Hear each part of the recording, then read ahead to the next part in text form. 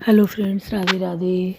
श्री रामचरितमानस पाठ की बहुत सुंदर पंक्तियाँ हैं कि चौपाइयाँ हैं अर्थ के साथ में, जिनको आप पढ़िए, सुनिए, गुनिए भी, अपने घर में बजाइए, जिससे सब लोगों के कानों में ये आवाज़ें जाएं कि भगवान राम जब लंका पे चढ़ाई करते हैं तो वहाँ से विभीषण आ जाते हैं, राम के सेना में शामिल हो जाते हैं।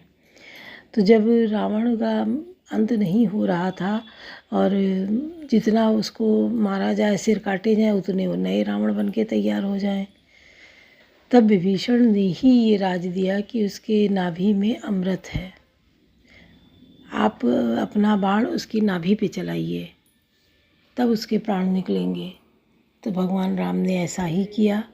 अंत में रावण धराशायी हुआ, उसका अंत हुआ। एक दुष्ट प्रवृत्ति का राजा था रावण, उसकी सेना थी, उसका परिवार था, 1 लाख पूत, 1.25 लाख नाती का इतना बड़ा परिवार था, इतने पुत्र थे, सब मारे गए। सबको उसने मोक्ष प्रदान करवाया भगवान के हाथों। अब विभीषण जो थे, घर का भेदी लंका ढावे, ये कहावत बहुत चरितार्थ है कि घर का भेदी, विभीषण लंका के भेदी हो गए। ये भेद विभीषण ने ही दिया कि नाभि में अमृत है, तभी रावण को मारना पड़ा। तो घर का भेद कोई जान ना पाए। अपने घर के भेद को आप घर ही में रखिए। जो लोग हैं बाहरी से, कोई बात ऐसी ना कहिए कि वो घर का भेद बतावें, क्योंकि पहले समय में लोग क्या होते, छोटे छोटे बच्चे घर के हैं, वो तो निश्चल निष्कपट होते हैं। घर का जो भी सामान, जेवर गहना होता था, वो बच्चों से के सामने नहीं रखा जाता था कि वो न जान पाए कहाँ रखा है, कैसे रखा है, क्योंकि दूसरे लोग उनसे बहला के पूछ लेते थे और पूछ के चोरी कर लेते थे। तो घर का भेद नहीं जाना चाहिए।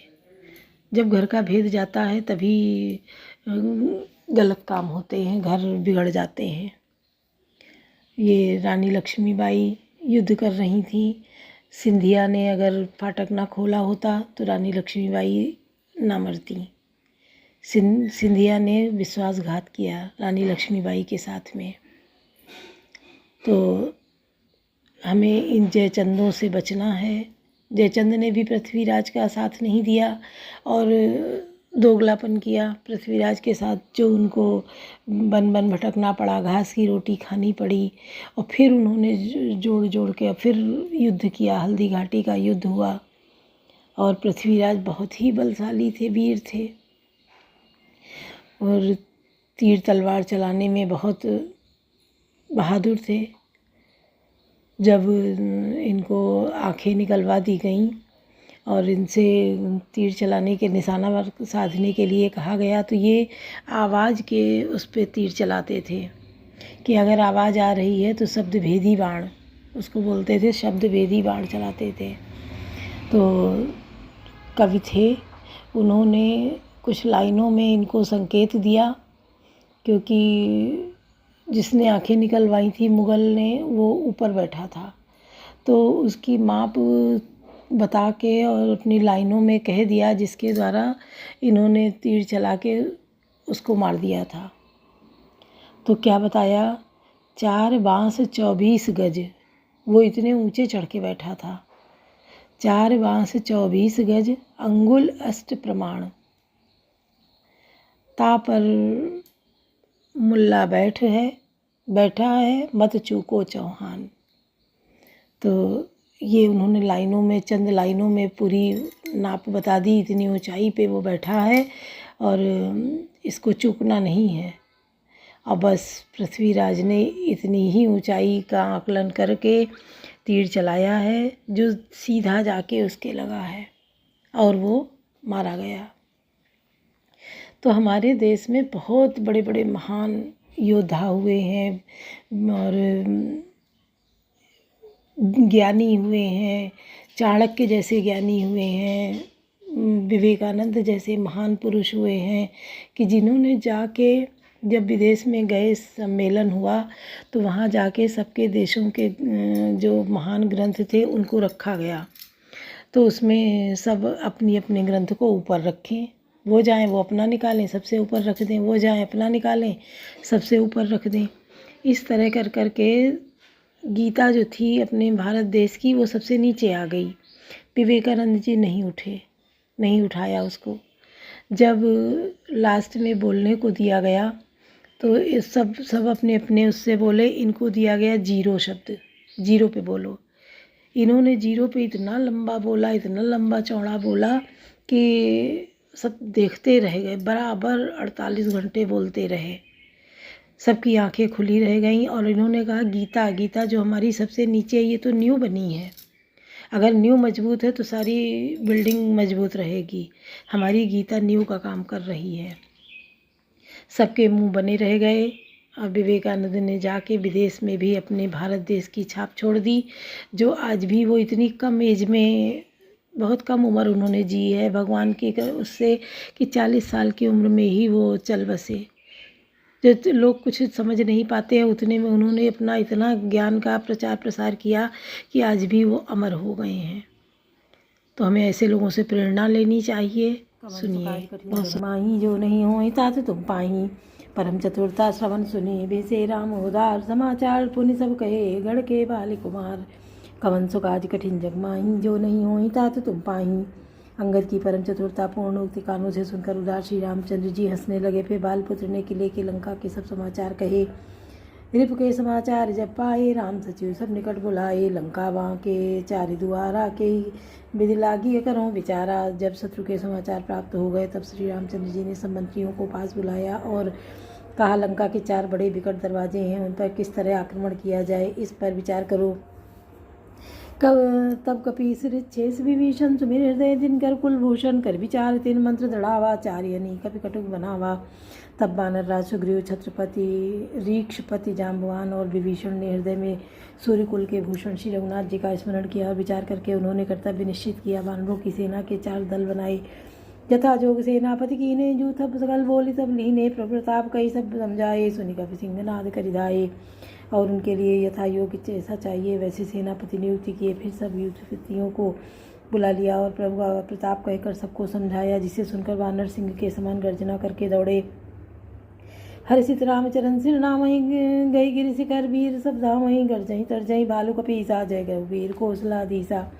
वे हर्षित होकर श्री राम जी के चरणों में सिर नवाते हैं और पर्वतों के शिखर ले लेकर सब वीर दौड़ते हैं। कौशल राज श्री रघुवीर जी की जय हो पुकारते हुए भालू और वानर गरजते हुए ललकारते हैं। जानत परम दुर्ग अति लंका, प्रभु प्रताप कब चले असंका, घटा टोप कर जऊँ दिस घेरी, मुखई निशान बजा वही बेरी। लंका को अत्यंत श्रेष्ठ अजय किला जानते हुए भी वानर प्रभु श्री रामचंद्र जी के प्रताप से निडर होकर चले। चारों ओर से घिरी हुई बादलों की घटा की तरह लंका को चारों दिशाओं से घेर कर वे मुंह से ही डंका और भेरी बजाने लगे। कवन सो काज कठिन जग माही, जो नहीं होई तात तुम पाही। जयति राम जय लक्ष्मण, जय कपीस सुग्रीव, गर्जय सिंह नाद कपे, बालु महाबल सिंह। कवन सो काज कठिन जग माही, जो नहीं होई तात तुम पाही। महान बल की सीमा वे वानर भालू सिंह के समान ऊंचे स्वर से श्री राम जी की जय, लक्ष्मण जी की जय, वानर राज सुग्रीव की जय ऐसी गर्जना करने लगे। लंका भयो कोलाहल भारी, सुना दसानन अति अहंकारी, देखो वानरन के रिटाई, साचर सेन बुलाई। लंका में बड़ा भारी कोलाहल, को राम मच गया। अत्यंत अहंकारी रावण ने उसे सुनकर कहा, वानरों की रिठाई तो देखो। यह कहते हुए हंसकर उसने राक्षसों की सेना बुलाई। आए किस काल के प्रेरे, चुदावंत सब निश्चर मेरे। अस कही अट्टहास सटकी ना, ग्रह बैठे आहार विधि दीना। बंदर काल की प्रेरणा से चले आए हैं, मेरे राक्षस सभी भूखे हैं, विधाता ने इन्हें घर बैठे भोजन दे दिया। ऐसा कहकर उस मूर्ख ने अट्टहास किया। वह बड़े जोर से ठहाका मारकर हंसा। सुबह सकल चारियों दिस जाऊँ, धरि धरि बालू की इस सब खाऊँ। उमा राम नहीं ऐसा अभिमाना, जिमिन चिट्ठी भी खग सूत उताना। और बोला, हे वीरों सब लोग चारों दिशाओं में जाओ और रीछ वानर सबको पकड़ कर खाओ। शिव जी कहते हैं, हे उमा, रावण को ऐसा अभिमान था जैसे टिटहरी पक्षी पैर ऊपर की ओर करके सोता है, मानो आकाश को थाम लेगा। चले निशाचर आय सुमांगी, गई कर भिंडपाल वर मांगी। तोमर मृदुल मुद्दर परस प्रचंडा, सूल कृपान परिधि गिरिफंडा। आज्ञा मांगकर और हाथों में उत्तम बिंदीपाल सांगी बरछी, तोमर मुद्दर प्रचंड फरसे से सूल, दुधारी तलवार, परिधि और पहाड़ों के टुकड़े लेकर राक्षस चले। जिम यरनो पल निकल निहारी धामई सठ खग मांस आहारी चोंच भंग दुख नहीं न सो जाति मिधाई मन जाद अबूझा। जैसे मूर्ख मांसाहारी पक्षी लाल पत्थरों का समूह देखकर उस पर टूट पड़ते हैं, पत्थरों की लगने से चोंच टूटने का दुख उन्हें नहीं सूझता, वैसे ही ये बेसमझ राक्षस दौड़े। कौन सा काज कठिन जग माही जो नहीं हो तात तुम पाही। नाना युद्ध सर चाप धर जातु धान बलबीर कोट कंगूरन चढ़े गए कोटि कोटि रणधीर। कवन सो काज कठिन जग माही जो नहीं हो तात तुम पाही। अनेकों प्रकार के अस्त्र शस्त्र और धनुष बाण धारण किए करोड़ों बलवान और रणधीर राक्षस वीर पटाखे पर कोटे के कंगूरों पर चढ़ गए। कोट कंगूरन सोई कैसे मेर शगन जन गन वैसे बाजई ढोल निशान जुझाऊ सुनि धुनि मोहि बटन मन चाऊ। वे परकोटे के कंगूरों पर कैसे शोभित हो रहे हैं, मानो सुमेर के शिखरों पर बादल बैठे हों। जुझारू ढोल और डंके आदि बज रहे हैं, जिनकी ध्वनि सुनकर योद्धाओं के मन में लड़ने का चाव होता है। बाजई बेरी न फिरी न पारा सुनि कादर उड़ जाई दलहारा। देखन जाई कपिन के डट्टा अति विशाल तनु भालू सुबट्टा। अगणित नफीरी और बेरी बज रही है, जिन्हें सुनकर कायरों के हृदय में दरारें पड़ जाती हैं। उन्होंने जाकर अर्थात विशाल शरीर वाले महान योद्धा बानर और भालुओं के ठट्ट समूह देखे। दामही गनई न हो घुट घाटा पर्वत फेरी करई गई भाटा। कटकटाई कोटिन घट भट गढ़ जई दसन होठ काटई अति तर जई। देखा कि वे रीछ बानर दौड़ते हैं, ऊंची नीची विकट घाटियों को कुछ नहीं गिनते, पकड़कर पहाड़ों को फोड़कर रास्ता बना लेते हैं। करोड़ों योद्धा खटखटाते और गरजते हैं, दांतों से होंठ काटते और खूब टपटते हैं। उत रामन इत राम दुहाई जयति जयति जय परी लड़ाई। निश्चर शिखर समूह ढा वहीं कूद धरई कपि फेरी चला वहीं। उधर रावण की और इधर श्री राम जी की दुहाई बोली जा रही है। जय जय जय की ध्वनि होते ही लड़ाई छिड़ गई। राक्षस पहाड़ों के ढेर शिखरों को फेंकते हैं। बानर कूद कर उन्हें पकड़ लेते हैं और वापस उन्हीं की ओर चलाते हैं। कवन सो काज कठिन जग माही जो नहीं होई तात तुम पाही। धरि कुधर खंड प्रचंड मरकट भालुगढ़ पर डारही। झपटही चरण गई पटकी मई भजी चलत बहुरी पचारही। अति तरल तरुण प्रताप तर पई तमकी गढ़ चढ़ी चढ़ी गए। कपिवालु चढ़ी मंदिरन ताजा राम जसु गावत भय। कवन सो काज कठिन जग माही जो नहीं होई तात तुम पाही। प्रचंड वानर और भालू पर्वतों के टुकड़े ले लेकर किले पर डालते हैं। वे झपटते हैं और राक्षसों के पैर पकड़कर उन्हें पृथ्वी पर पटक कर भाग चलते हैं, फिर ललकारते हैं। बहुत ही चंचल और बड़े तेजस्वी वानर भालू बड़ी फुर्ती से उछल कर किले पर चढ़ कर गए और जहाँ तहाँ महलों में घुसकर श्री राम जी का यश गाने लगे। एक उन्नीस चढ़ गई पुनि कपि चले पर आई। ऊपर आप हेठ बट गिरई धरनी पर आई। कवन सो काज कठिन जग माही जो नहीं होई तात तुम पाही। फिर एक एक राक्षस को पकड़कर वे बानर भाग चले। ऊपर आप और नीचे राक्षस योद्धा, इस प्रकार वे किले पर धरती पर आ गिरते हैं। राम प्रताप प्रबल कपि जूथा मर्दई निश्चर सुबट बरूथा। चढ़े दुर्ग पुनि जाता वानर जय रघुबीर प्रताप दिवाकर। श्री राम जी के प्रताप से प्रबल वानरों के झुंड राक्षस योद्धाओं के समूह योद्धाओं को मसल रहे हैं। वानर फिर जहाँ तहाँ किले पर चढ़ गए और प्रताप में सूर्य के समान श्री रघुवीर जी की जय बोलने लगे। चले निशाचर निकर पर आई प्रबल पवन जिमि घन समुदायी। हाहाकार भयो पुरवारी रोई बालक आतुर नारी। राक्षसों के झुंड वैसे ही भाग चले जैसे जोर की हवा चलने पर बादलों के समूह तितर बितर हो जाते हैं। लंका नगरी में बड़ा भारी हाहाकार मच गया। बालक स्त्रियाँ और रोगी असमर्थता के कारण रोने लगे। सब मिल देहि रावण गारी राज करत यही मृत्यु अकारी। निज दल बिचल सुनी के तेई काना फेर सुबट लंकेश रिसाना। सब मिलकर रावण को गालियां देने लगे कि राज्य करते हुए इसने मृत्यु को बुला लिया। रावण ने जब अपनी सेना का विचलित होना कानों से सुना तब भागते हुए योद्धाओं को लौटाकर वह क्रोधित होकर बोला, जो रण विमुख सुना मैं काना सो मैं तब कराल कृपाना। सर्व सुखाई भोग करिनाना समर भूमि में वल्लभ प्राणा। मैं जिसे रण से पीठ देखकर भागा हुआ अपने कानों से सुनूंगा उसे स्वयं भयानक दुधारी तलवार से मारूंगा। मेरा सब कुछ खाया भांति भांति के भोग किए और अब रणभूमि में प्राण प्यारे हो गए। उग्र वचन सुन सकल डेराने चले क्रोध कर सुबट लजाने। सन्मुख मरण वीर कह शोभा तब तिन तजा प्रजा कर प्राण कर लोभा। रावण ने उग्र कठोर वचन सुनकर सब वीर डर गए और लज्जित होकर क्रोध करके युद्ध की ओर लिए लौट चले।